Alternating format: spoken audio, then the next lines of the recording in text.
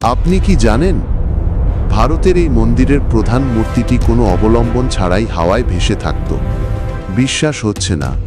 ওড়িশার কোণার্ক সূর্য মন্দির বা ব্ল্যাক প্যাগোডাকে একসময় নাবিকরা ভয় পেত, কারণ এই মন্দিরের চূড়ায় ছিল 52 টনের একটি বিশাল চুম্বক বা ম্যাগনেট।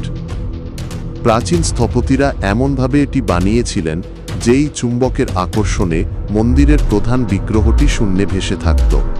কিন্তু এই শক্তিশালী চুম্বকের কারণে সমুদ্র দিয়ে যাওয়া জাহাজগুলোর কম্পাস কাজ করা বন্ধ করে দিত এবং জাহাজগুলো তীরের দিকে এসে ডুবে যেত।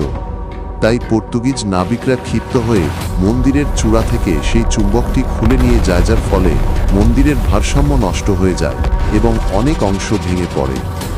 আজও এই মন্দিরের চাকাগুলো ঘড়ি ছাড়াই একদম নিখুঁত সময় বলতে পারে। আপনার কি মনে হয় প্রাচীন ভারতের বিজ্ঞান কি আজকের চেয়েও উন্নত ছিল? কমেন্টে জানান।